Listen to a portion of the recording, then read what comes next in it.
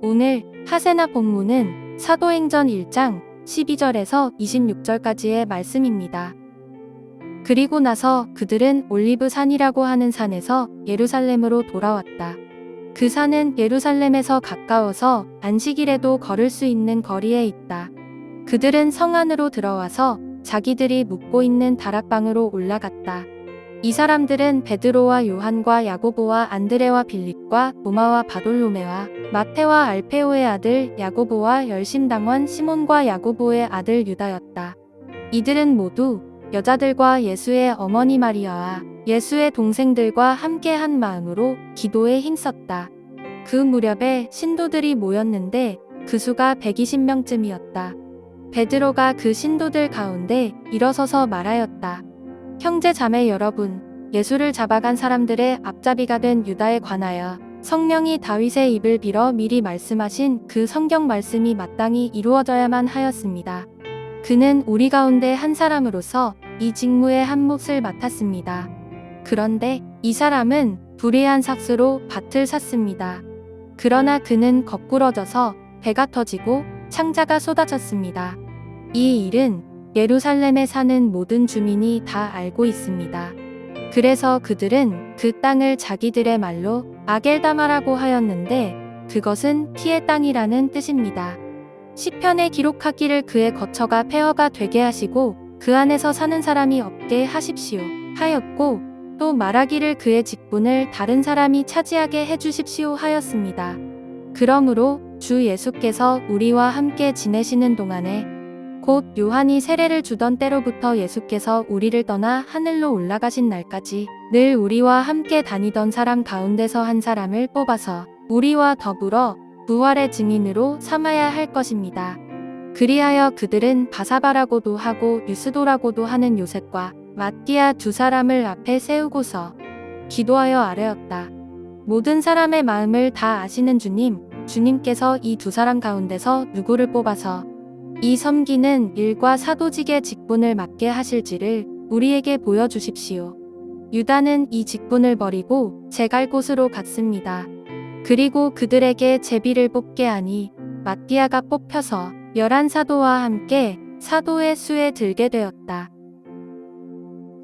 예수님의 승천 이야기는 어제 말씀에서 마무리되었지만 오늘 12절 말씀을 통해 예수님께서 승천하신 장소가 예루살렘 부근에 위치한 올리브산, 개역개정에서 말하는 감람원이었다는 것을 알 수 있습니다. 예루살렘으로 돌아온 그들은 예수님이 약속하신 성령을 기다리기 위해 다락방에 모였습니다. 누가는 그 자리에 참석한 11제자의 이름을 나열하는데 이들은 초대교회의 핵심 멤버였음을 보여줍니다. 또한 예수의 어머니 마리아, 예수님의 동생들도 함께 했다는 것을 기록했는데 예수님께서 사역하실 때에는 가족들이 믿지 않았지만 예수님의 십자가와 부활을 경험한 이후에 예수님을 믿게 된 것입니다. 다락방에 모인 사람들은 한 마음으로 성령의 약속을 기다리며 기도에 힘썼습니다. 개역개정에서는 오로지 기도하기에 힘썼다고 말하는데 이것은 밤낮 먹지도 자지도 않고 기도만 했다는 것이 아니라 기도를 지속하고 기도하는 일에 집중하여 전념했다는 것을 강조한 것입니다. 한 마음으로 기도에 전념한 사람은 모두 120명쯤 되었다고 말씀합니다. 그런데 그때 베드로가 일어나서 120명의 사람들을 향해 형제자매 여러분이라는 호칭으로 부르는데 누가는 누가복음과 사도행전에서 처음으로 그리스도인들을 향해 형제라고 칭했습니다. 이 단어에는 여자들도 포함이 됩니다. 베드로는 먼저 성경이 유다에 대해 미리 예언했고 그 예언은 반드시 성취되어야만 했다고 말합니다. 베드로가 다윗의 시편 두 구절을 인용하는데 이것은 유다의 사도직이 다른 사람에게 인계되어야 한다는 것에 대한 정당성을 이 시편 말씀을 통해 말한 것입니다.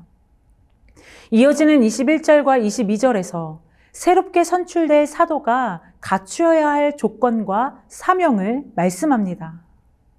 여기서 가장 중요한 조건은 요한의 세례부터 예수님의 승천까지 주님과 함께한 자가 선출되어야 한다는 것입니다. 이 조건에 맞는 두 후보, 요셉과 마띠아가 세워졌고 함께 있던 사람들은 이 일을 위해 함께 기도했습니다. 요셉도 마띠아도 모두가 합당한 후보였지만 사람의 평가가 아니라 하나님의 뜻을 따라 사도가 세워지게 해달라고 기도한 것입니다.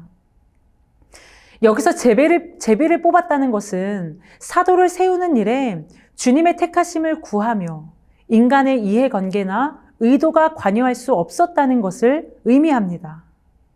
이렇게 해서 마띠아가 새로운 사도로 세워지게 되었습니다.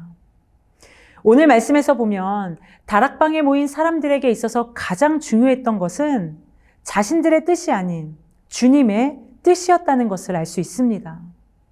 그들은 자신들의 뜻을 모두 내려놓고 예수님이 기다리라 하신 성령을 기도하며 기다렸습니다.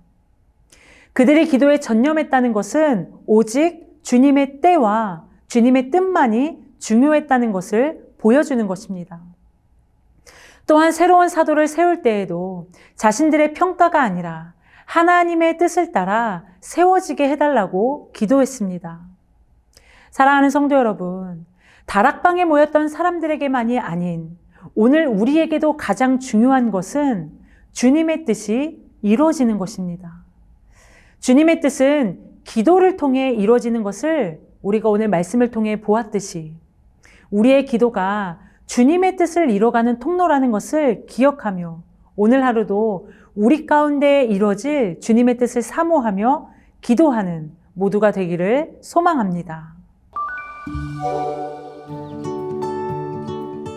오늘의 아시전은 높은 뜻 푸른 교회를 위해 기도하는 것입니다. 우리 교회가 높은 뜻 정신처럼 하나님이 주인 되시는 교회, 보이지 않는 성전을 짓는 교회로서 사명을 온전히 감당하도록 함께 기도해 주세요. 오늘의 아시죠? 함께 하시죠.